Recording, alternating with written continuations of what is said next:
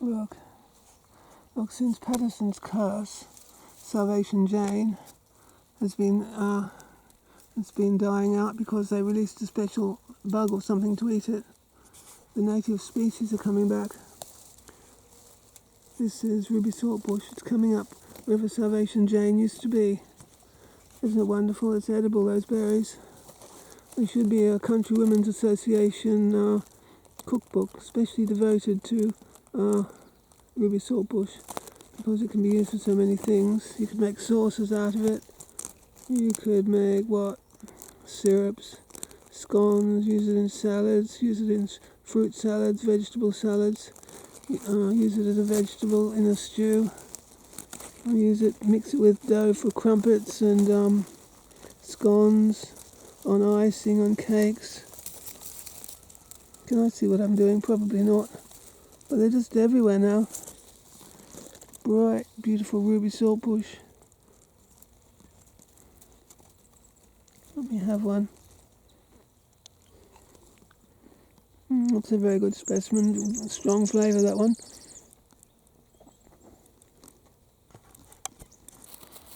Yes.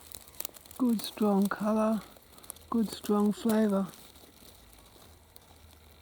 That one.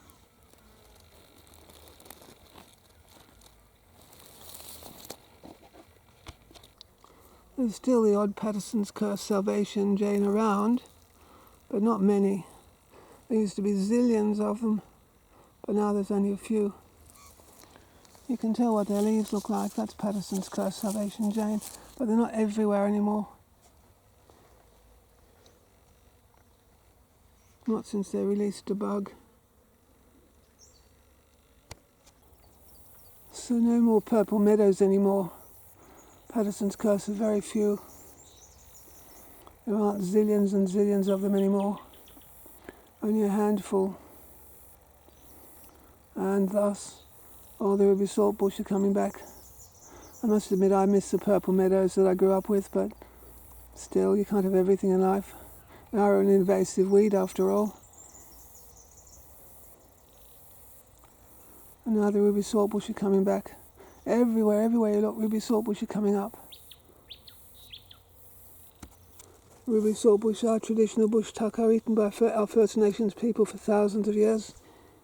But as I say, it would be good if the Country Women's Association made a special cookbook, because they're such great cooks, those women in the Country Women's Association. They are. They're great cooks. They're wonderful cooks, actually, if you've ever eaten their cooking.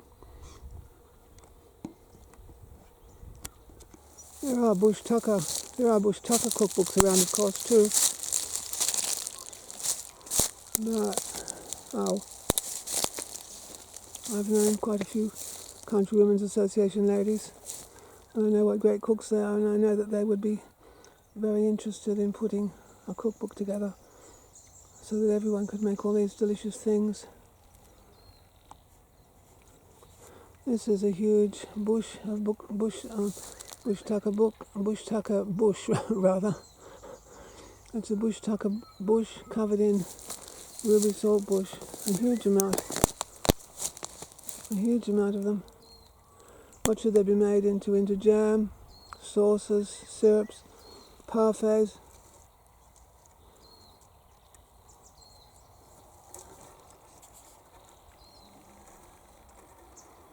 Throw your coat under the bush and shake it. That's a good way.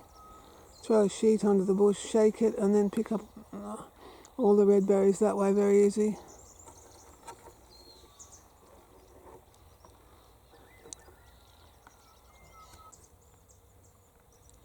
Such bright colour. The berries have a good flavour. Jam would be nice. Ruby Saltbush jam.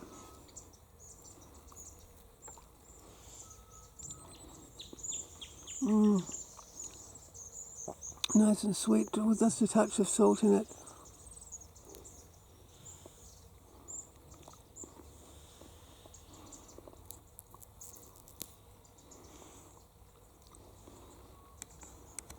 I find these Oh, I find these bright red ones, good strong colour, have good strong flavour as well, generally. Good shiny ones. Good shiny ones with strong colour, strong flavour, and a good size.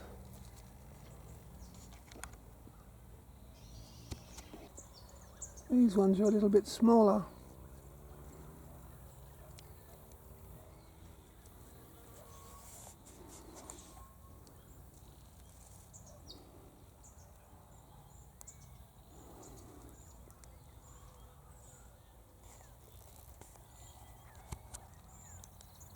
Nevertheless, they'd still make a good jam.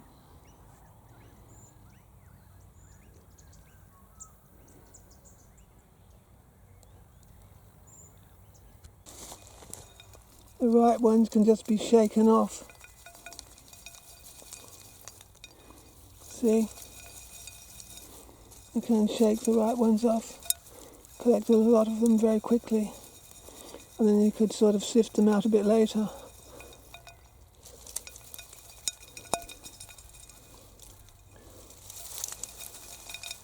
You can collect quite a few in a short space of time by the shaking method.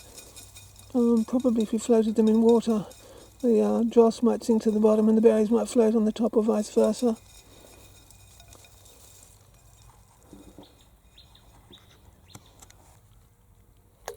Let's see what happens. Let's see what happens.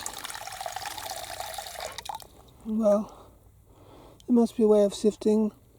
I know when I crush radish pods, the seeds float to the bottom and all the seed pod floats to the top.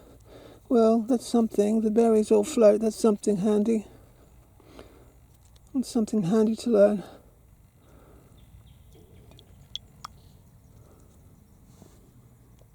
That can be made use of when sorting them. So there's definitely all sorts of uses for ruby saltbush berries. Yummy. And I made a video once about making them into cordial. You can check that out by searching my search engine on my channel.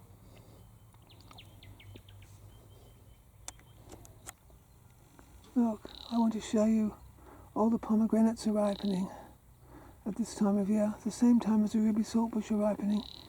So that means we can make a jelly out of ruby saltbush seeds plus pomegranate seeds.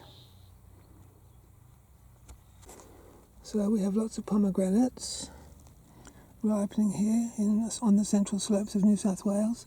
At the same time we have ruby saltbush seeds here. And look, there's a pomegranate that the parrots have opened up. The king parrots know how to open pomegranates. They know how to bore a hole in the shell. And so the king parrots have been eating pomegranates. But look at this, we can make a nice pomegranate. We can make a nice pomegranate and ruby saltbush mixture. They're the aerials. They're called aerials, aren't they? Pomegranate aerials. So we can make a lovely red jelly composed of both ruby saltbush and pomegranate aerials. Look at all those lovely aerials.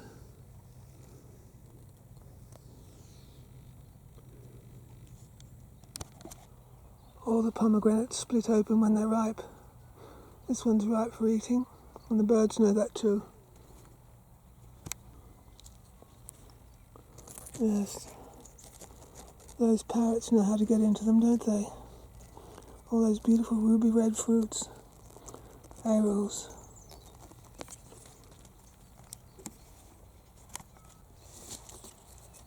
See how the parrots know how to hollow out the shell?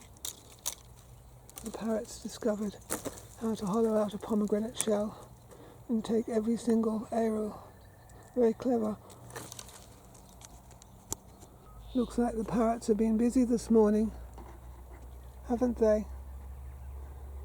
They look a bit like a bauble on a Christmas tree, don't they? Those old baubles they used to make of glass with a hollowed out section. All hollowed out. If I'm going to make some pomegranate jelly, I'd better act soon, hadn't I? Before the parrots take it all for themselves. But yes, so yes, as I was saying, you can have ruby saltbush and pomegranate jam or juice in a combination.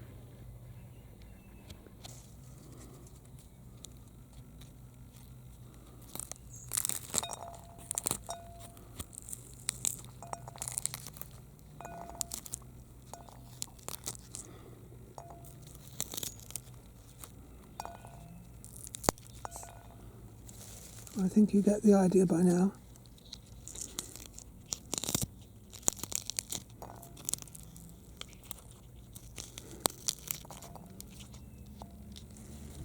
I better not bleed all over the lens of the camera, ought I? So, you can see I'm having pomegranate and ruby saltbush and seeds for my lunch. You can also see that the pomegranate juice yields a purple dye. I think if you add mordants to the purple dye, it can come out green as well. I'm not a dyer, but I know that the dyes of pomegranate juice can be used for dyeing with a mordant.